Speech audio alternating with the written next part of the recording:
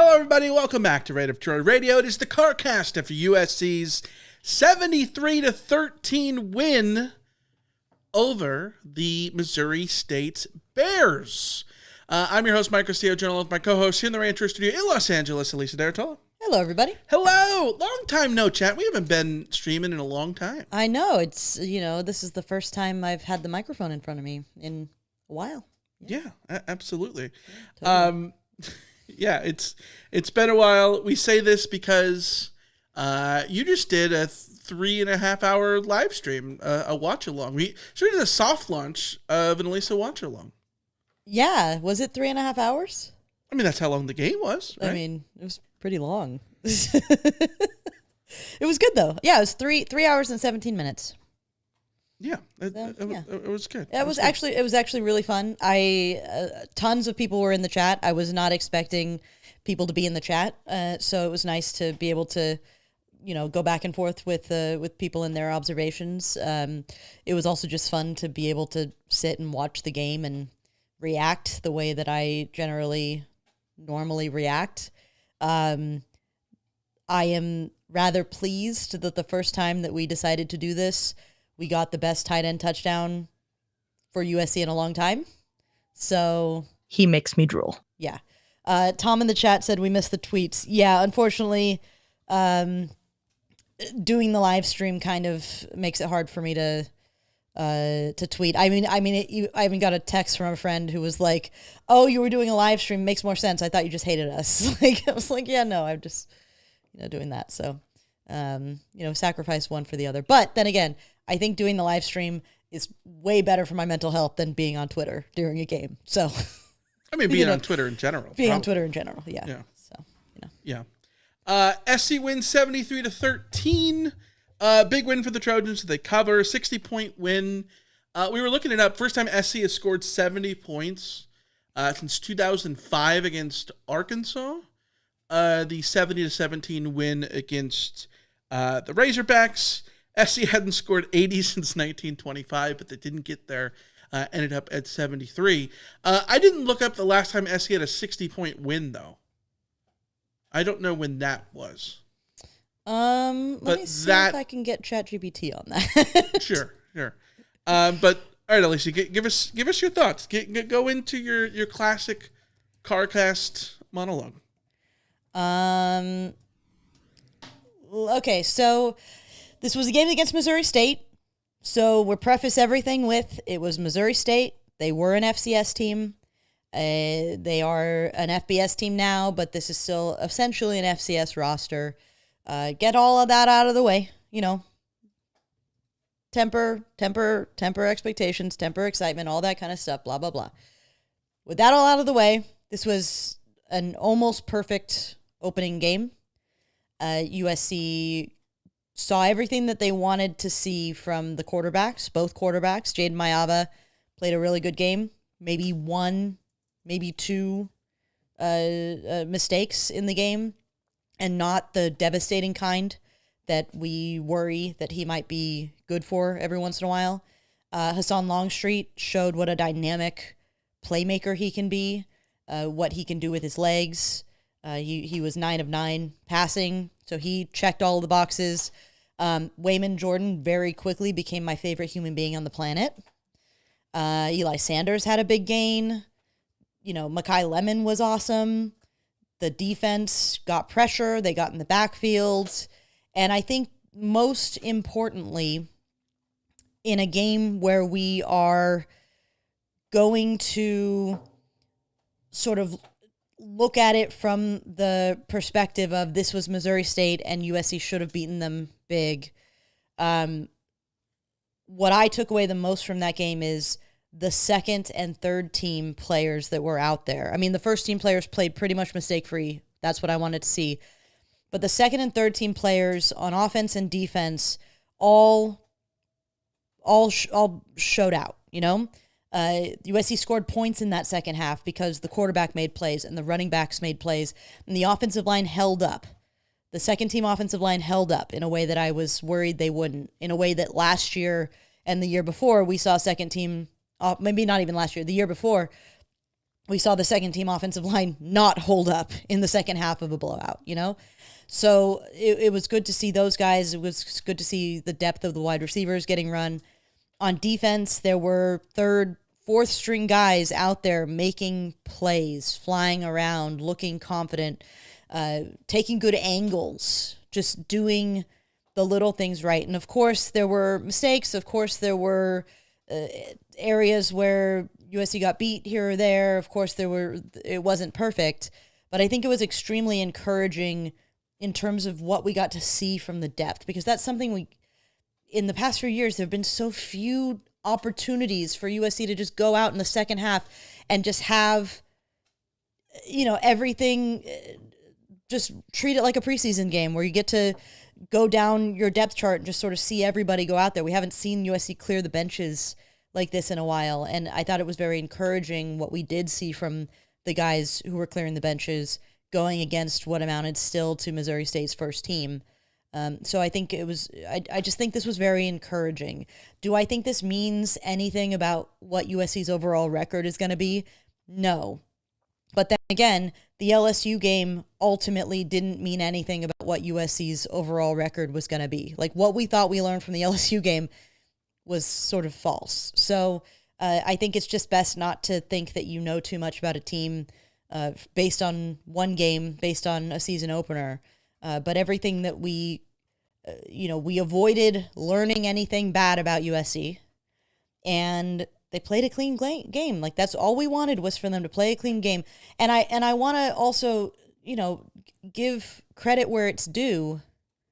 If you look around college football today, there were a lot of teams playing Missouri State level teams, and a lot of them didn't look that impressive.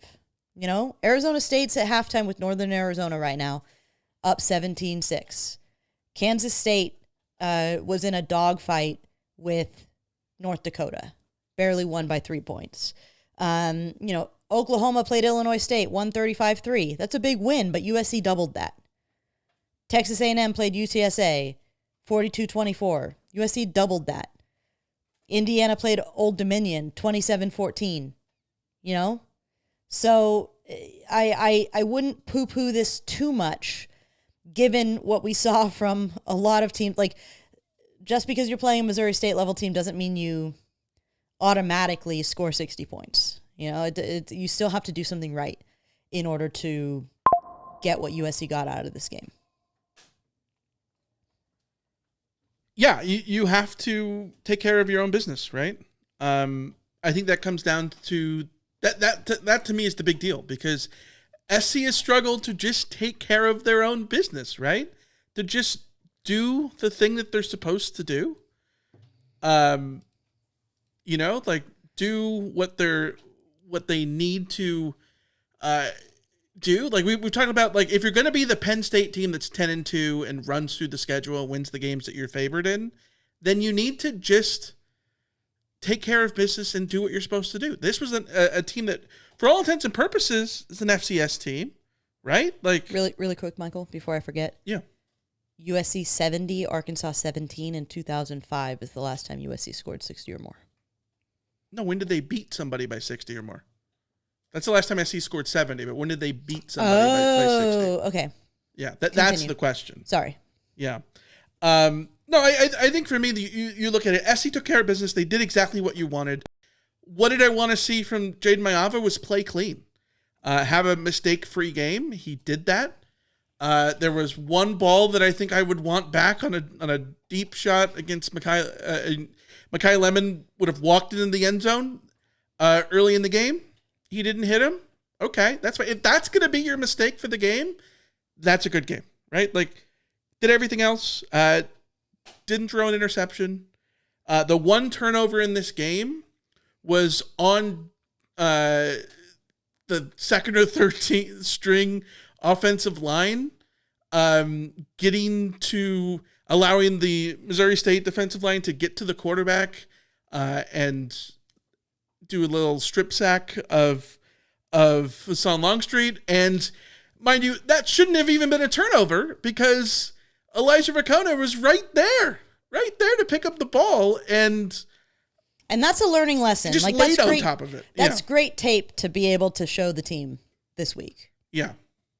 Yeah. So, it's one of those games where they did everything that you wanted to see. I thought we saw maybe the most impressive 5-carry, 42-yard rushing performance that we've ever seen in terms of Wayman Jordan's debut. Yeah. I don't want to be hyperbolic. It was Missouri State. It was week 1. You don't want to go crazy. I will say Wayman Jordan looks special, not because of his production, not because he got into the end zone, not because of any of that. It's because of how he moved with the ball in his hands. He slithers. He looks so effortless. He looks comfortable. He looks all of those things. It looks very effortless with him, and you can just see the potential. Like, I'm trying to think of another guy who has looked sort of that smooth with the ball in his hands, and I'm struggling to come up with a bunch of guys. Somebody during the live chat said that, or the live stream, that it was a little bit like Ashton Genty. And I think it helps that he wears his number. Yes, the dreads. He does the stand up in the backfield before the snap. Mm-hmm. All of that certainly helps. But yeah, this was one of those games where just about everything you wanted to see happened. They didn't make a lot of mistakes. They created a bunch of negative plays on defense. The biggest mess up in this game is the blown coverage in the second quarter that Missouri State scores. But I think SC bounces back really good defensively in the second half. Don't give up a single point in the second half, despite completely emptying the bench. Like, everybody played in this game, right? Like, even Sam Heward got a couple of snaps at the end of the game, right? So, I thought this was a great performance for the Trojans. They did what you wanted to see. 1931, USC 60, Georgia 0. Oh, that's the game that has the uncomfortable, awkward thing in the Daily Trojan, right? Where it said that they ran over the Georgia Crackers. Yeah, well, that was that game. You wrote an article for Reign of Troy in 2016 about this game. I did not say that, by the way. No, that was a quote from the Daily Trojan. Yes, the Daily Trojan. Yes. Yeah. So that you said 1931. 1931. Yeah. Crazy. SC had won 66-14 against Rice and Nevada under Lincoln Riley. He had 66-13 in this game, but decided, let's get another score. And so SC got one more to go 73 to, what do you call it? 13? 13. Before we get to anything else, Alicia, we got a couple of super chats. Let's hit the button.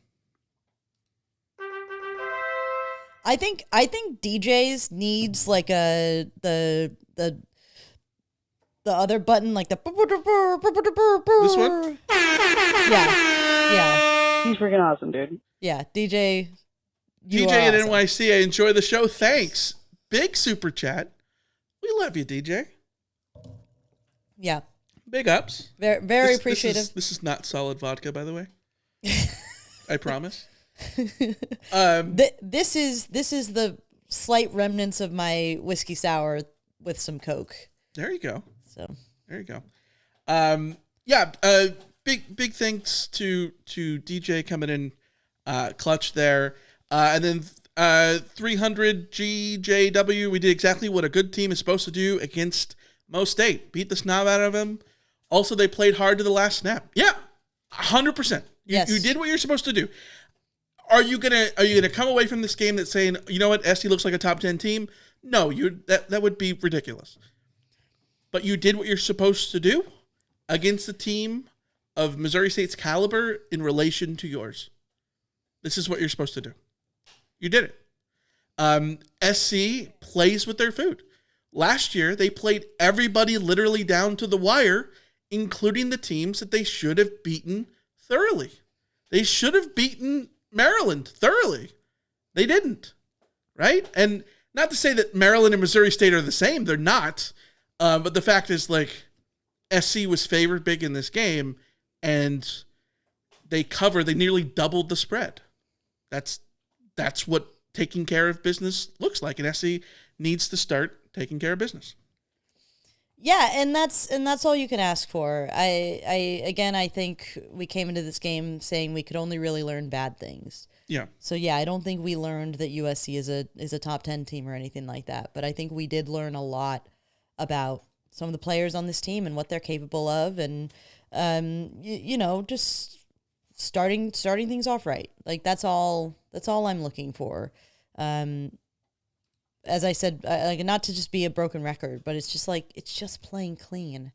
It's just playing clean. If USC had played clean last year, they would have won games that they lost. So, take that. A lot of people are making a deal out of like USC's players all showing up in the same warm-ups and everything like that. Like, again, it's like matching socks and all this kind of stuff. Like, I don't know if that means anything.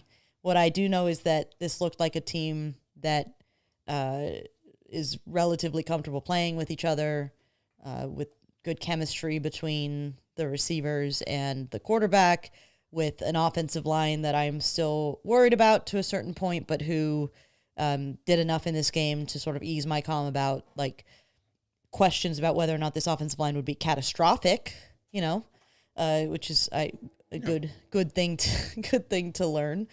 Yeah. So I just you got to play who's in front of you, and USC played who was in front of them, and they played them freaking very, very well. Yeah, there's like two plays in this game that I think that you can be, 2 or 3 plays that I think you can be upset about.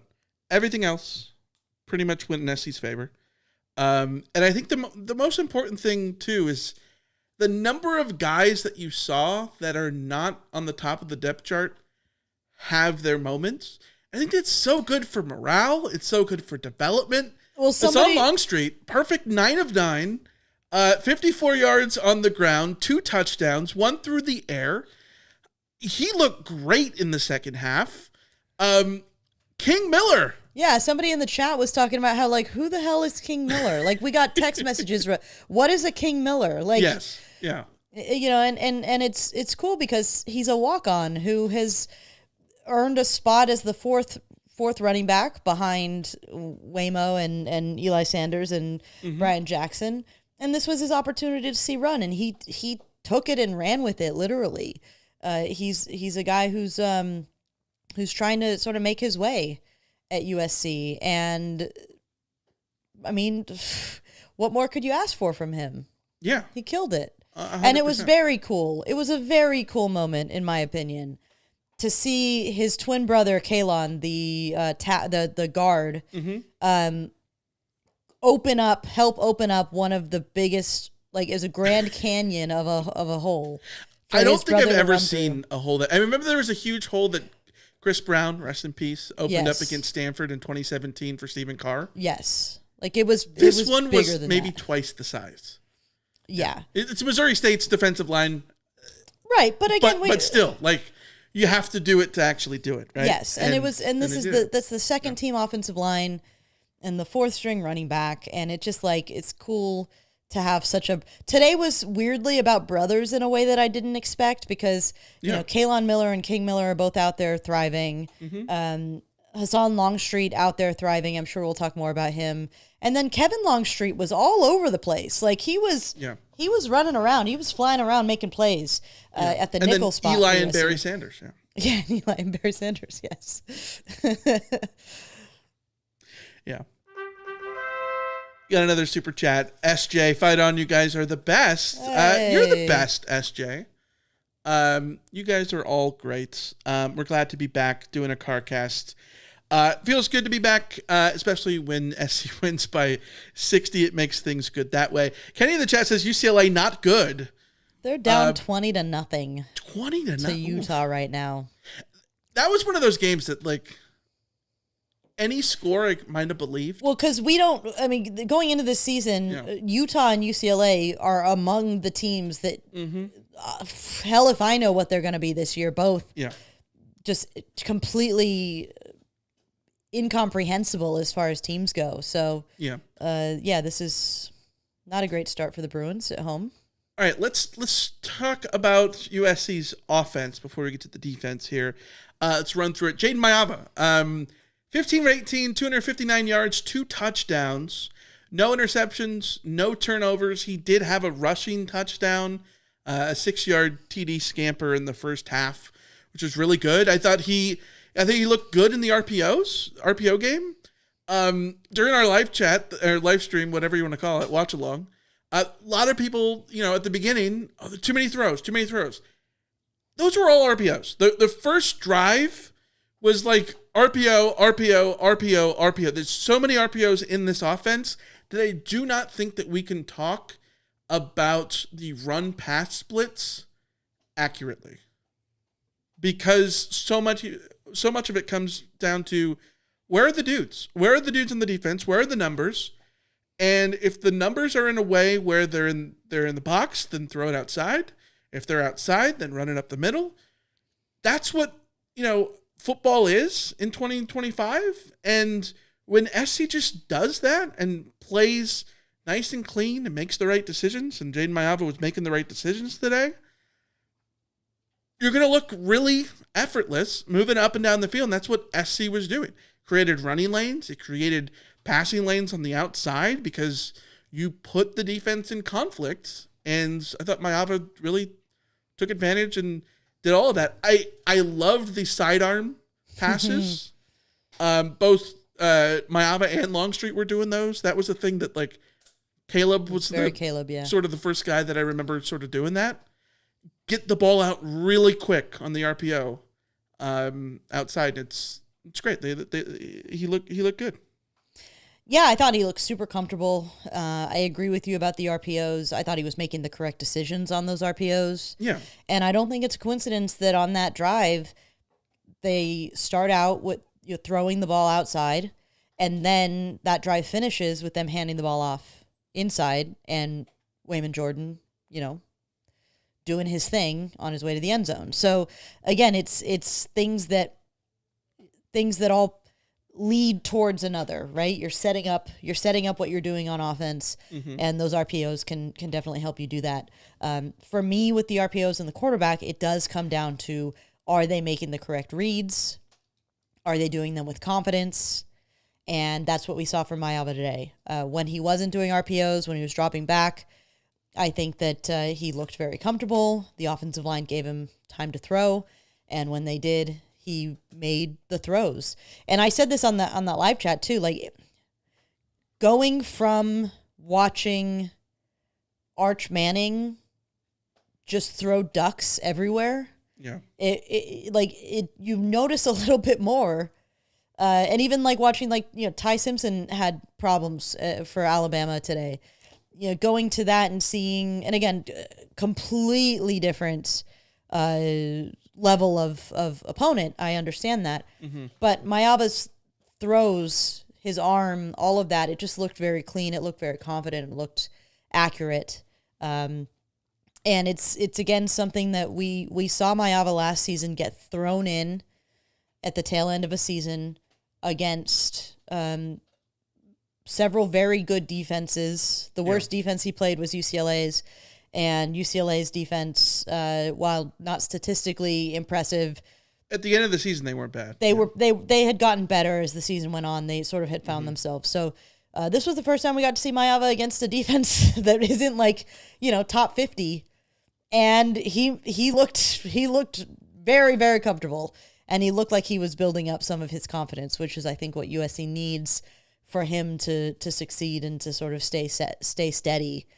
So I don't have any complaints about what we saw from Mayava today. It was nice to see him a little bit have to do a little bit less, just looking chill. Yeah, 100%. Looked comfortable, and that's all I wanted to see. That's all I want to see from Mayava. Great start to the season for him. In the passing game also, our friend Keeley pointed out this might be the weirdest game in that SC scored 73 points, did not have a single touchdown from a receiver. There were 3 receiving touchdowns in this game. Lake McCree, Eli Sanders, Carson Tabarachi. None of those guys are receivers. 2 running backs and a tight end. 2 tight ends and a running back. Remember, Carson Tabarachi, despite wearing the 24, is indeed a tight end. Yes. Yeah. But I think the box score is very interesting for the receivers because Mekhi Lemon, 8 targets. Jacoby Lane, 4 targets. The only other receiver that had more than 1 target was Zacharias Williams, who had 1. Uno. Yeah, well, again, they were doing a good job of mixing up the ball. Obviously, switching out second teamers, third teamers late on limited what we were going to see maybe from like Tano Kynes maybe being more involved. Jacoby Lane and Lemon had definitely had more than his share, but in a game where USC mostly keeps Lemon and Lane out there, I think we'll probably see them be more top heavy between those two. But in this game, we did see a comfort level with throwing to all of these guys, and even guys that I think I expected to be a little bit higher up the depth chart, like Prince John. He goes out and makes a hell of a play. Unfortunately, it seemed to roll his ankle, and we don't know what's going on with him. Stiff arm too. Yeah. I mean, he was playing tough, playing hard. You like to see that. You like to see that from guys who are battling to prove that they deserve more playing time and more competitive playing time, I guess, than the second half of a 60-point game. I'm not stressing that USC didn't have a touchdown to one of the receivers. I think that in wasn't for the receivers' fault. Like Lemon was there on the deep ball. You know what I mean? Yes, Lemon was actually absolutely there on the deep ball, and I also think like there may have been a temptation, given the talent disparity between these two teams. There may have been a temptation to say, "Screw it, let's play some YOLO ball with Jacoby Lane." Because if you throw it up to Jacoby Lane, he's probably going to come down with it more often than not. But they didn't do that. And I'm glad, because I don't want them to resort to that. Yes, sometimes you're going to need that kind of play to bail you out of something. But for the most part, I want to be able to see USC find receivers that are getting open and, not have to just force it to whoever it is that has a physical matchup. Yeah, 100%. Jacoby Lane, 3 catches, 33 yards. He had a drop that was unfortunate early in the game, but he looked good. Apart from that, Lake McCree, 2 catches, 72 yards, including a 64-yard touchdown on sort of a variant of the bubble wipe hop play that if you play college football 26 is great in there. Basically, the concept is you have either a bubble screen, a jet sweep guy, a swing pass, something going on the right in the short, in the flat, and the tight end just going up the seam, and it's an RPO read. You can hand it off. You can look at either one of those 2 guys. Sometimes it's not an RPO, sometimes it's just a pass, and you go through your progressions. Either way, Lake McCree, wide open, middle of the field, and he just kept running and running and running and running. 64 yards later, he's in the end zone. That was big. Both of Lake McCree's catches were in the middle of the field. Yes. Lake McCree did not get force-fed any of those little passes out onto the flat that are not suited to his skill set. He was put in the middle of the field, and when he broke off that long touchdown, it was, busted coverage to a point. I mean, to a point because they blitzed. So either somebody missed that they were supposed to cover that area, or Mayava did a good job of recognizing that the blitz was there and then throwing to the empty space. Yeah. Either way, he only goes 64 yards because he shrugs off some tacklers and puts on the Jets, which I love to see. And then he had another, I think it was a third down. It was certainly for a first down, just another little quick, one of my favorite little quick little curler routes where you just go out 5 yards and turn around and there you go. Boom. That's how I would use Lake McCree. That's how I would use the tight ends more often instead of those swing passes to the outside. Like, save those for the running backs. Let the running backs do their thing like Eli Sanders did with a throw like that onto the flat. Yeah. Use your tight 100%. ends in the middle of the field. Take advantage of those mismatches. Use the seam. That was great from what we saw from the tight ends. And it also reinforces the thing about, like, the question about whether or not USC will get the tight end more involved this year. For me, it's less about how many times the tight end touches the ball and more about, are you getting the tight end up the seam and then taking advantage of that when it's there? Yeah. Lake McCree can have two catches in a game, but if both of those catches are in the middle of the field for a key conversion, then the tight end has been utilized. And the defense has to account for it. Yes. On key downs. Yes. Yeah, 100%. And with that speed that he showed, he looked fresh. I'm going to say it. Do we call him Rapid McCree instead of Lake? He looked fresh. He has dealt with injury over the last couple of years. He's still played most games, but he's sort of been knocked up. Knocked. He's been carrying knocks, as the Brits say. And he hasn't looked as, athletic as I think that he is. Yeah. Or we perceived him to be when he was a freshman. What we saw from him today was much closer to freshman Lake McCree in terms of his movability. It was good to see him looking fresh. Yeah, 100%. Saw a lot of young guys. Tunic Hines had a catch for 11 yards. Prince Strong, you mentioned, the transfer, not a young guy, but new player, transfer from Boise State, catch for 25 yards. Eli Sanders, little screen pass, dump pass thing, 73 yards. I love the way he high steps. Like, he runs like somebody from the 70s. Yes. You ever watch you watch videos of Anthony Davis run back his touchdowns, and you're like, people don't run like that anymore. Just arms and legs pumping left and right. Yes. Yeah, that's Eli Sanders. He looked great. 73 yards right before the half, which was huge. Walker Lyons, a catch for 7 yards. Corey Sims had a holding penalty that brought back a touchdown, which would have been nice for the Trojans late in the game. DJ Jordan Williams? Why am I forgetting? Either way, very next play. Went right back to him, caught a ball, and gained 6 yards. And I like that. I like that. Yes, I know that the thing of somebody messes up, you take them out. At the same time, it's week 1. Somebody messes up, go right back to them. Allow them to earn back that confidence. A holding penalty is not a late hit. You know what I mean? It's not an aggressive dumb penalty. It's an aggressive trying to make a play penalty, and those are just going to happen, right? Talking about the run game, you talked about King Miller looked fantastic. 75-yard touchdown run in which the hole was huge and he just kept running. Wayman Jordan looked great. 5 carries, 42 yards. Eli Sanders, also great. 5 carries, 33 yards.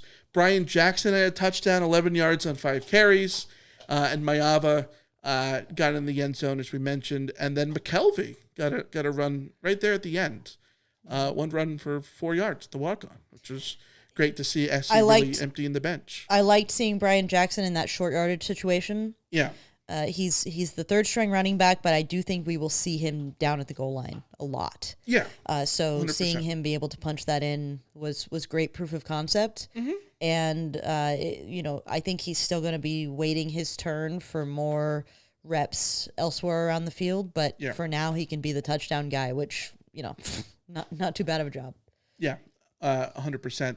SC's sack-adjusted rushing yards per carry was 8.2.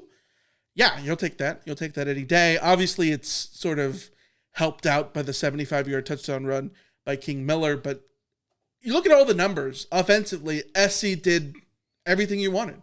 10.5 yards per play, 15.2 yards per completion. with 57 plays, and they had 597 total yards. You take that. Only 5 penalties. You take that. Let's look at the defense really quick here.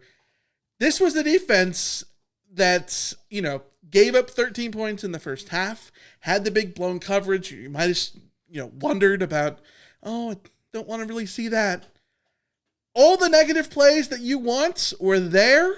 Braylon Shelby, 3.5 tackles for loss.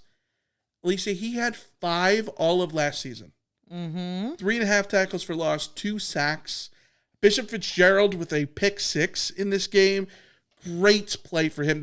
When you see the all-22 angle, it's so beautiful. Just him reading that. It's him reading. He read it the entire way. Yep.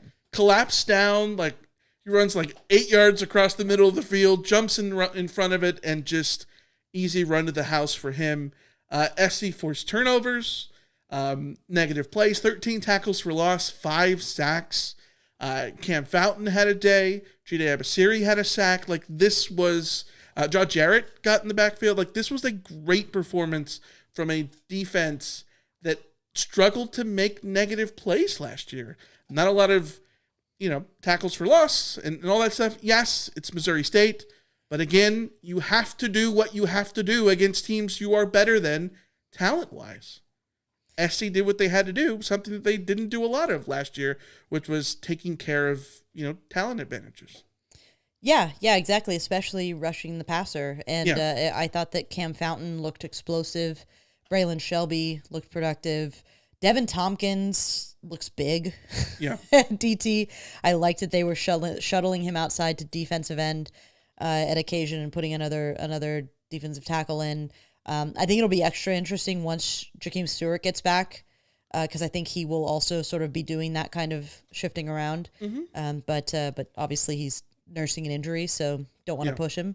But we got to see a lot of the new guys, and I was impressed. I thought Bishop Fitzgerald was outstanding. Just such a sure presence in the secondary. Love to see that.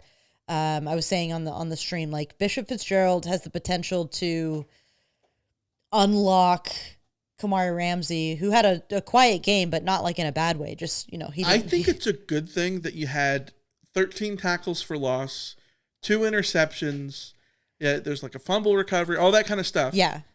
And Gentry and Kamari Ramsey did virtually little. They were not responsible for any of the havoc plays or any of the big... Kamari Ramsey had half a tackle for loss. Yeah.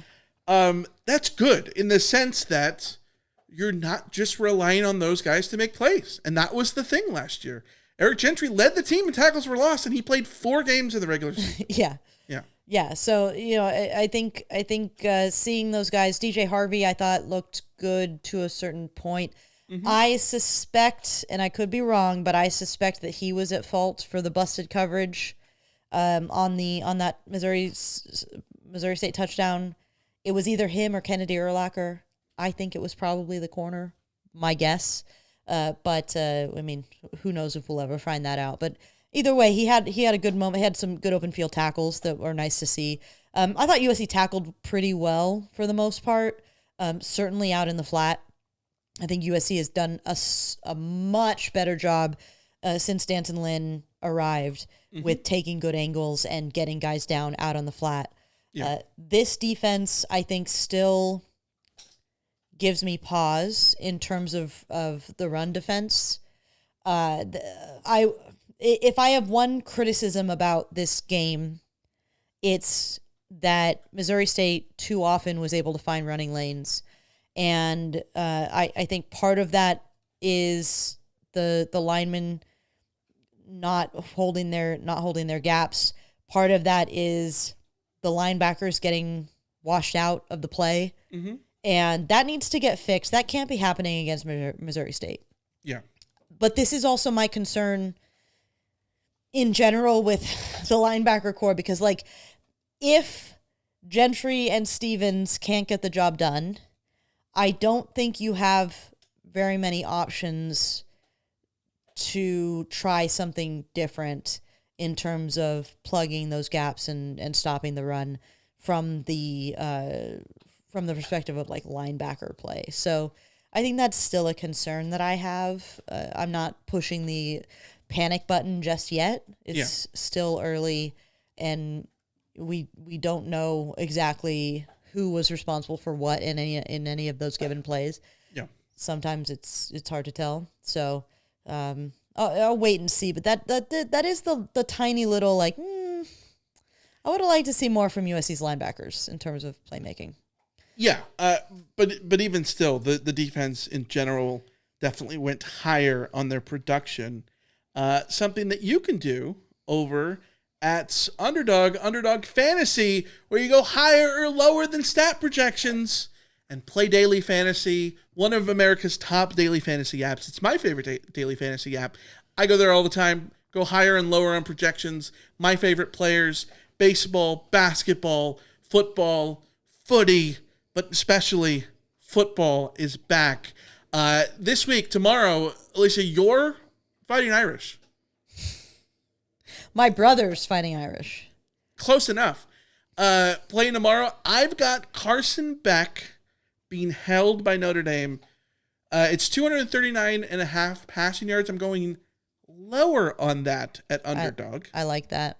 CJ Carr, new quarterback for Notre Dame, 185.5 passing yards. I'll also go lower, but I'm going higher, 81.5 Jeremiah Love rushing yards. He's the best running back in college football. 81.5 yards seems like a stat projection that's just a little low, so I'm going to go higher than that. You can do all of this and more over at Underdog Fantasy. It's all about using your ball knowledge and pick whether a player will go higher or lower, and you can win up to 5,000 times your money. Download the app and sign up with promo code RAINOFTROY to score $50 in bonus funds when you play your first $5. That's promo code RAINOFTROY. Millions of fans have already won billions making picks on Underdog. Will you be next? Underdog, make picks, win money. Must be 18 plus, 19 plus in Alabama and Nebraska, 19 plus in Colorado for some games, 21 plus in Arizona, Massachusetts, and Virginia, and present in a state where Underdog Fantasy operates. Terms apply. See assets.underdogfantasy.com/web/play and get terms _DFS_.html for details. Offer not valid in Maryland, Michigan, Ohio, and Pennsylvania. Concerned with your play, call 1-800-GAMBLER or visit ncpgambling.org. In New York, call the 24/7 HOPE line at 1-877-8-HOPE-NY or text HOPE-NY to 467-369. Alicia, I hope you took the lower on mistakes of reading that, because I crushed that thing. Always. I absolutely crushed that thing. And speaking of things going higher and lower, Alicia, it's time. It is time. Yes. It's time for the Roto Meter. If you're new to Miniature Radio, this year we are doing a Roto Meter. Radio. Here's our new feature. Yes, no, I know. We're sometimes it feels like we're new, to be quite honest. Yeah. The Roto Meter, which is a post-game vibe check. We talked about it in our game preview. On a scale of 0 to 10, in terms of are your vibes good or bad, optimistic, pessimistic about USC going forward after this game, we were saying in our preview that we were expecting like a 4.5. Like things were like at a 4.5 going into the game. Right now, where does the Roto Meter sit? Has it moved up? If you're in the chat, let us know. Where do you put the Roto Meter? Is it up? Is it all the way up to 10? You watch Wayman Jordan slither around left and right through the defense, and you're like, oh, it's at a 10, baby. Or you're going to watch back the blown coverage for the score in the second quarter, and you're like, maybe a little lower. Where are you going? I'll go up a tick. I think I was at 5, and I'll go to 6. Okay. I'll go to 6 solely because Wayman Jordan, Lake McCree. Yeah. I was pleased with Mayava's poise and patience And defensively, I think that while I am still concerned about the linebackers, I did like the disruptiveness that I saw from the defensive line. Mm-hmm. So I think there's a good reason to be, pretty optimistic here. Yeah. I also still don't think we're going to know all that much about USC's ceiling until week 5 against Illinois. I think that at this point, what USC needs to establish is the floor, and they've put the floor pretty damn high right now. So it definitely could have gotten worse. I could have gone down to a 4 if this game had been more sloppy, which it certainly could have been. There's a litany of things that could have happened in this game that didn't, that keeps USC in the sort of plus column for me.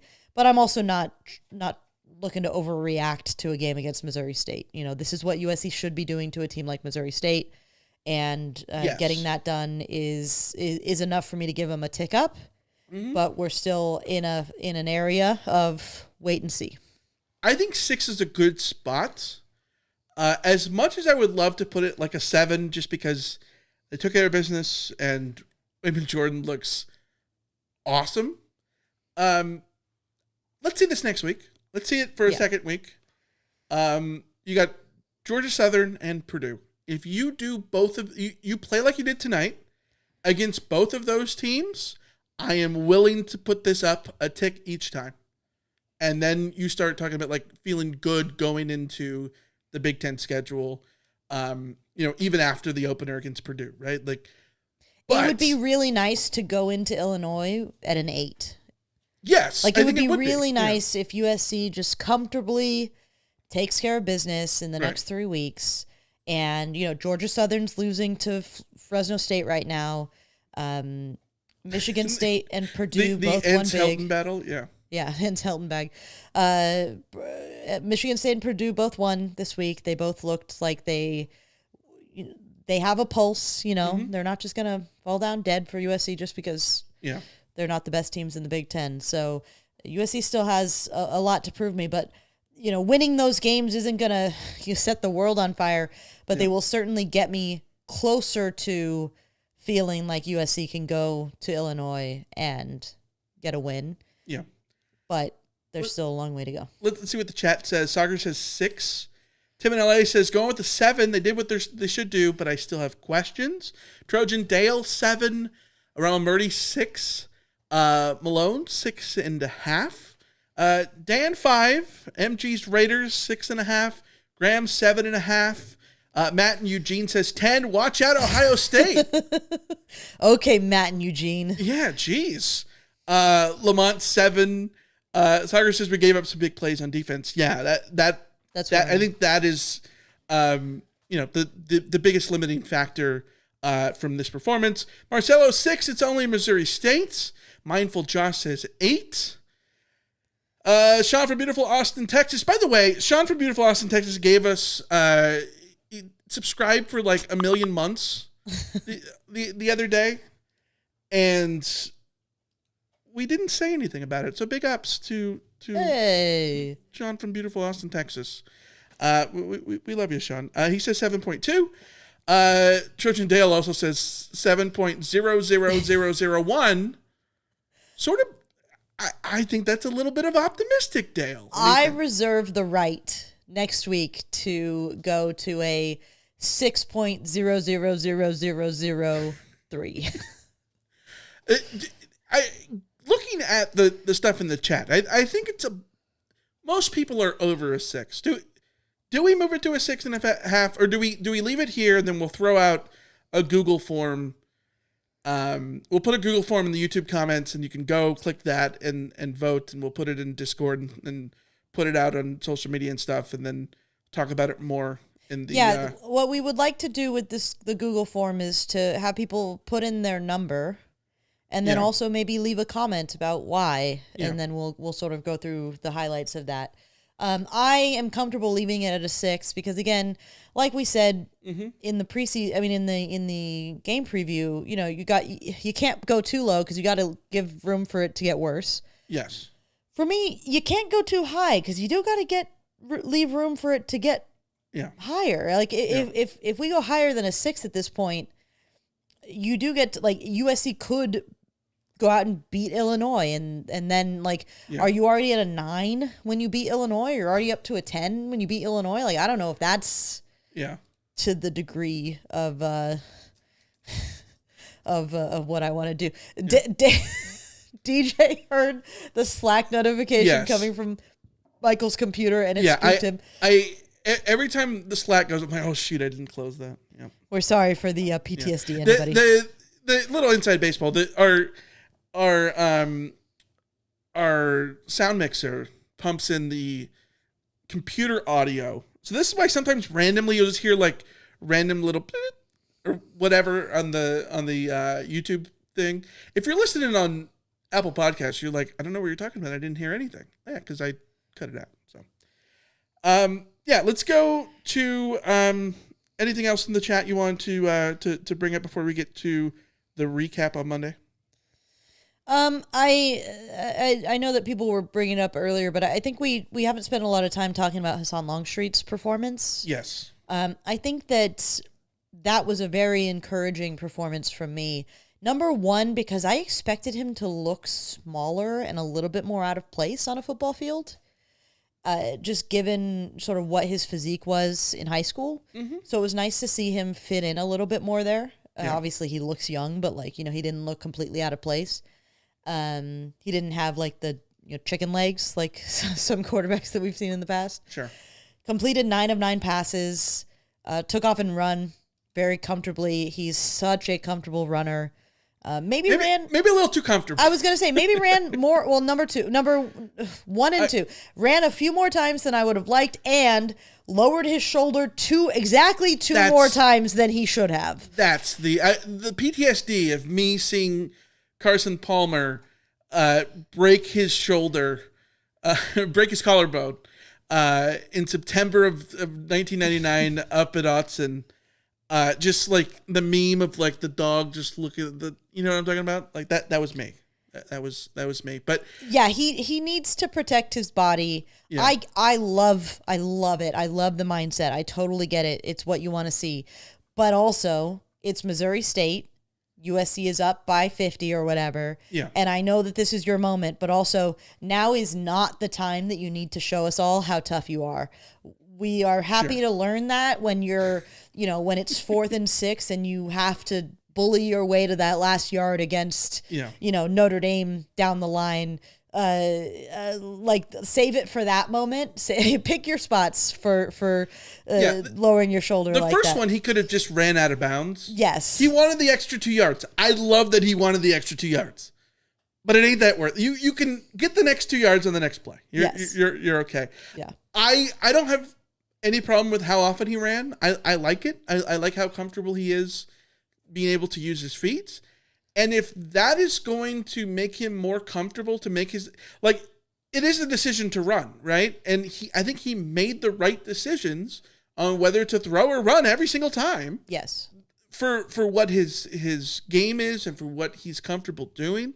He looked very in control, which is what you don't often see from a true freshman. So that was great. Well, and that's the thing is I would rather have him tuck and run than throw a dangerous pass out of desperation. Especially when his runs were productive. Yes. It's not like he was running and just, getting the snap and then just running to the sideline like a chicken with his head cut off. That was not what Hassan Longstreet was doing. He looked in control. He looked like he knew what he was doing. Ran the ball really well. Just please slide or go out of bounds. Other than that, I thought he looked great. I don't want to overreact to it. Sure. Either. Yeah. I thought he looked very promising. I said on the live stream, I think the ideal world is still one where Longstreet is able to sit behind Mayava this year and get more comfortable as a passer and in the offense. But just the fact that he had this performance, it has to put Mayava on notice because now fans have seen what he looks like in live play, and the coaches have seen what he looks like in live play. So there might be a little bit of healthy competition there if things start to go sideways for Maeva. So definitely something to keep an eye out for. Yeah, I think quarterback play in general was just a very solid A+ today, which is huge. It's huge for where SC is with questions on offense, right? And so that answered a huge question. Can they, play clean? And they did. Both of them. 73-13 is a scoregami, according to Graham in the chat. Let's go. A college football scoregami or a USC scoregami? I mean, I'm sure it was a USC. It's got to be a USC one, 100%. But like, is it a college football one? That's crazy. It sounds like he says it's a college football one. Wow. I love that. That's awesome. Hold on. Let's go. There we go. Let's go. Yeah. Saw a comment earlier from Paul that said, "Why am I wearing a hat of a team that didn't win the Premier League?" What do I care about the Premier League, dude? Chelsea are world champs. World champs. That's, Also, top of the table. Look up the Premier League table right now. Top of the table. How do you feel about that, Alicia? Yeah. Nice old VAR giving you an assist, huh? You would know. You are a Liverpool fan. Yeah. Okay, so it looks like it is a scoregami. That's good. In part because anytime you score above 70, there is a decent chance that you get a scoregami. That makes sense, except 70 to 73-13. It's not like I guess 73 is kind of weird, but it's still touchdowns and field goals. You know what I mean? Yeah. There's not a weird number here. It's just that 73 is high. So that's good. Mindful Josh says it was a good win versus a bad team, not perfect, but more points scored than anyone else. Based on how other teams could carry business against bad teams, this was a pretty good performance. Yeah, 100%. I think that's the simplest way to look at this. They took care of business, and they did it better than a lot of teams did today, and better than SC had done, say, last year. I mean, they did beat Utah State 48-0 last year, but I guess you could say they did that 48-0 last year, and then they still had the Maryland game. So, no, that's what I'm saying. Yeah. Like again, USC. Take that for what it's worth. USC beat LSU and then had the Maryland game. Like right. All of these things are subject to who you are in any given week. Yes. But as far as season openers go, it's about as good as you could hope for, regardless of your opponent. Yeah. Lamont says, did the lineman that got hurt on the big run play come back in the game, and how did he get hurt tripping on his own foot? Did I miss this? Only lineman I remember being down was the Missouri State one. Yeah, did USC have anyone injured? The only person I remember for sure getting injured in the game for SC is Prince Strong. Strong, yeah. Yeah. What else do we got in the chat? We had questions hold on. on Malone Discord. says, what do you think of Sanders? Love his running style. And like I said, like when he gets in full stride, his knees are going so high, it looks like he's high stepping, like showboating, but not. He's just running, like he's just all legs and arms. It's amazing. It's wonderful to watch. I was really pleased with both Sanders. All the running backs I was really pleased with. It looks like a good group. Ron Murray says, can we finally say we have a physical D-line? This is a good starting place to say that. Yes, definitely. They look nice and physical, for sure. Definitely a good starting place. Still, I think we still need to see them against a more physical offensive line, offensive front. But remember, this offensive line, it's a veteran offensive line. They've been around. They're FCS level, but these are like grown men. Mm-hmm. It matters. Yeah. So you take that, but I don't know that I'll totally declare that quite yet. Ron Murray says, should Longstreet have gotten some playing time with the first team offensive line? I'm fine with how they did it. I like that he came in at the start of the second half. I'm makes it feel like you're starting a game. Yes, to do that. Yeah, so I have no issues with the way that they did it. In fact, I would rather see him with the second team offensive line to be able to like get a sense of what he will do in a panic, like what he will do in a tough situation. Yeah. Jonathan mentioned Matai Togai, and he looked really good. He looked really good in his debut performance. Yeah, I was impressed with him. Also, in the chat, we have a Dom Davis down the sideline. Love the world champion hat, Michael. I promise that's not me. I don't know. I promise that's not me. I don't know. I know that's not me. I'm not sure. But it's a great name and a great thing there. Lamont, Michael, Alicia, and fellow Trojan fans, glad everyone made it to another season of USC football. Great opening win. Can't wait to see us against proper competition. We got some Carcast questions in the Discord, by the way. Did we? Tim asked, want to go through this? Comparing this opener to last year, would you rather open at home against a cupcake or at a neutral site against a premier opponent? I know my answer. The answer is unfair. The answer is, did you beat the premier opponent? Because if yes, take that. Would I rather open up the season against a win against LSU? Yes. Would I rather lose to LSU, but that versus destroy an FCS team? I think I might take destroying an FCS. They're not an FCS team. I don't want to be, you know what I mean? Dismissive, yeah. Yeah. An FBS debuting team. Yeah, I might take this just to, keep vibes going your way. But like, you probably learn more about your team in like a loss to LSU if that would have been the case last year. I strongly feel that I would take the neutral site against a premier opponent. Unfortunately, last year USC did that, beat the quote unquote premier opponent, and it ultimately didn't. It didn't mean that much for them. It would more than I would like it to. But also that game.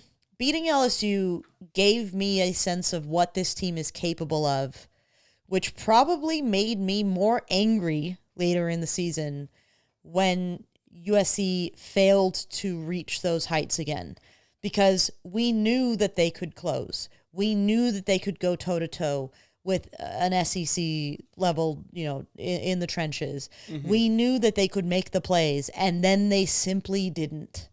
They simply failed to do those things. And so it put it in perspective. It would be one thing if you just didn't have a good team and you lost to Maryland. But USC had a plenty good team and they still lost to Maryland and Minnesota and all of those teams. Right. And so the truth of what USC was last year was it was partly revealed by the fact that they did beat LSU.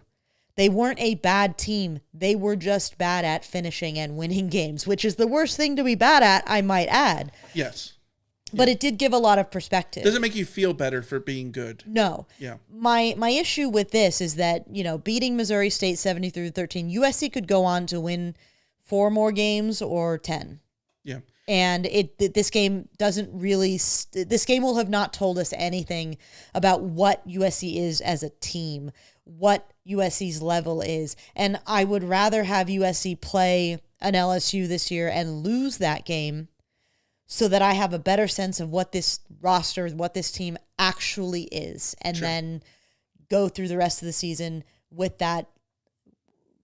more of that expectation in my head, good or bad. Whether it's good or bad, my thing with this season is, that quote that I read on the preview. It's the truth is what it is, and we just have to deal with what that truth is. And the sooner that we find out the truth about this USC team, the happier I will be. Whether that truth is good or bad, we have to deal with what that is. And Missouri State doesn't help us find the truth. Right. LSU would have. Yeah, no, I think that's totally fair. That's totally fair. But I guess then you would say, is the truth from week 1 even the truth? Yeah, I mean that's a perfectly reasonable question. I don't know. Let's run through some scores here really quick. Top 25 scores. SMU beating up on East Texas A&M, formerly Texas A&M Commerce. ASU only up 24-13 against NAU. I think they struggled earlier last year before they went on their magical run to the playoff. Raleek Brown touchdown in that game, I believe. There you go. We had a thing earlier. I got to scroll up way up in the chat. From was it Lamont who had all the stats? Was it about Deuce and all of them? Yeah. Yes, it's somewhere. You find that. I'm gonna go through more scores. Okay. Ohio State beats Texas 14-7. Penn State big over Nevada 46-11. LSU breaks the curse. They have started off 1-0 for the first time since before the pandemic. They beat number 4 Clemson. Clemson no longer going to have number 1 votes, I would imagine. We got a question from Sagar. Does SC crack the top 25 now? I think there's a very good case for that, yes, in part because there's a lot of teams ahead of SC that either lost or didn't play well. Obviously, SC's not going to pass Clemson, but when you keep going through the list of teams that played, Kansas State nearly lost to North Dakota. They were 17th. Do they fall below SC? Maybe not, but it's something to think about. Here's the problem. Again, polls are multidimensional. Yes. BYU is getting in before USC is. If Utah keeps doing to UCLA what they're doing, they're getting in before USC is. Baylor I don't think they'll go in, but there's some respect there for how they play. Oh, wait, hold on. K-State's definitely falling out of the polls. Georgia, they lost last week and this. Yeah, Georgia Tech might. Beating Colorado is more impressive than USC beating Missouri State. Sure. Tulane could pick up some votes. I don't think Nebraska will, but Auburn might boost up into there too. There's a lot of teams that could leapfrog USC for that position. Yeah. In the top 25. Again, what I'll say is if USC takes care of business. Mm-hmm. And beats the teams they ought to beat over the next 4 weeks, they will be ranked by the time Illinois comes around. Then we can 100%. Start talking about the top 25. For now, yes. I wouldn't be surprised if USC is not ranked, although there were some upsets, there were some finicky games. I just think there are too many other teams that are going to be ahead in that pecking order. Yeah. I also have that information from Lamont about... Yeah, go for it. And you do that, and then I'll do the Big Ten scores, and then we'll wrap this thing up. Okay, so Deuce Robinson had 2 catches and 18 yards for Florida State in their win over Alabama. Kyron Hudson had 6 catches for 89 yards and a touchdown, a very nice touchdown on the sideline of the end zone, sort of contorting. It was a very Kyron Hudson coded touchdown. Zachariah Branch had 3 catches for 95 yards and a touchdown. He broke 2 long ones. And that's that from the roundup. There you go. Obviously, Raleek Brown just scored a touchdown for ASU. Yeah. Domani Jackson heard his name called good and bad and for Alabama. Yeah, let's go through the Big Ten scores really quick. Obviously, SC over Missouri State 73-13. UCLA at the half down 23-10. Is it 23-10? ESPN says 23-7, but it says UCLA field goal good. 54-yard field goal. So that was Utah hit the field goal. So they must have it backwards. Okay. So either way, the thing says 23-10 Utah at the Rose Bowl. Colorado State and Washington tied at 14 up in Seattle. Interesting. Oregon, big win over Montana State. I thought that was going to be a really interesting game just because Montana State's good, man. They're an FCS team, but they're a powerhouse FCS team. And Oregon had that really fascinating game against Idaho last year. But no, Oregon looked really, really good. 59-13. Gary Bryant Jr. had a fumble, and Bear Alexander had 2 tackles. There you go. Michigan, they beat New Mexico 34-17. Indiana 27-14 over Old Dominion. Play with their food a little bit there. Maryland's big win over FAU 39-7. They found their quarterback. Yeah. They got a young guy in there. Was it Will Wilson? Who'd they go? No, that's Will Wilson was a guy who transferred to my Akron in the game. It was so good. Malik Washington. Yeah. 3 touchdowns for the Terps.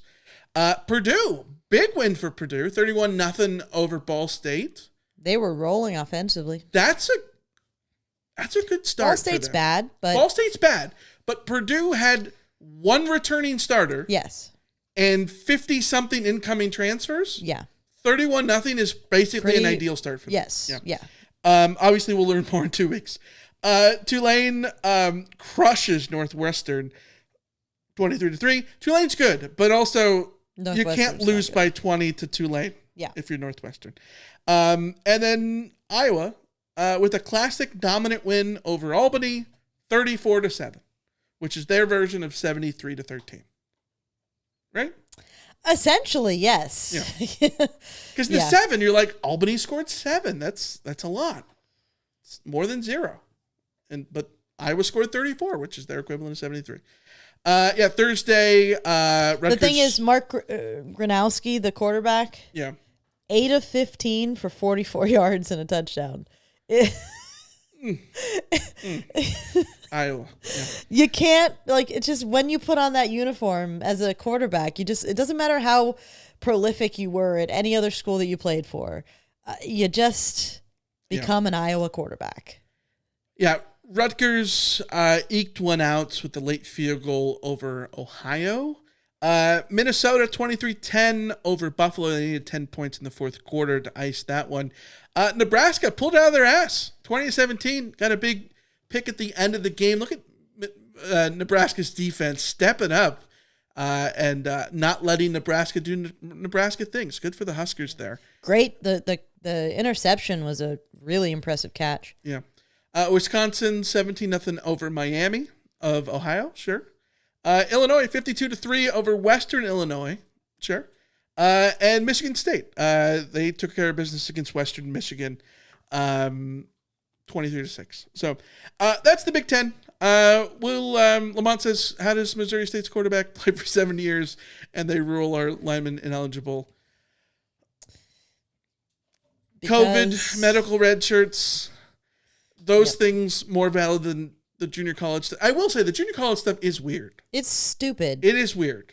It's the law of the land, and so I get why they ruled the way that they did, but also it's a stupid rule to be enforcing if you're the NCAA. Yeah. I agree with what Lincoln Riley said about it, which is the NCAA is, with all of this stuff pending and different results in different state courts and all this kind of stuff, the NCAA should have just done a blanket waiver for all of the JUCO guys with the 5-year rule. Oh, blanket waiver or a blanket denial. No. Yeah. Either or. It's the same thing as umpiring in baseball. I don't care what the zone is, make it consistent. Yes. If you're going to give me the outside edge, or give the other guy the outside edge, give me the outside edge. You know what I mean? And vice versa. So we got a last thing. We got a question. There was something about Jesse and Badger. They're good. Badger got a bully stick at the beginning of the Carcast. He is now done with the Carcast and looking like he wants to. He's got the remnants of a bully stick in his mouth, like he's smoking a cigar. Okay, he's got that back again. Okay, he's still going then. Yeah, he's slower at the bully stick than Jesse is. Yeah, Jesse's like, I'm a pro at this. Yeah. All right. Cyrus says Michael Jackson III had a touchdown for Purdue. Good for him. Oh, there you go. I didn't realize he was at Purdue. Neither did I. Neither did I. But good for him. All right, we'll be back. Are we still doing Monday, even though it's the holiday? I think so. Yeah. Yes. Yeah. Monday night, 4 p.m. Pacific time on YouTube. Yes, it's Labor Day, but we'll be doing labor by doing a podcast. So you can join us, talk more about this game. Hey. We'll go over your answers about the Roto. One last score. Yeah. Final. New Mexico State University, 19. Bryant, 3. Kobe? No. Gary? No. Patrick? Sure. Which Bryant is that? Bryant University? I don't know. Sure. Some historic Bryant. Yeah. All right. We'll put together a Google form for the Roto meter, and we'll throw it in the comments here on YouTube. We'll throw it in the show notes if you're listening on Apple Podcasts. We'll put it on social media and Discord and all that kind of stuff. So you can vote your spot, what you think the Roto meter is. We have it at, was it 6 or 6.5? I think we have it at 6. So, 6. You guys will decide what it is on Monday when we talk about that. But until then, we will see ya. See ya. See ya.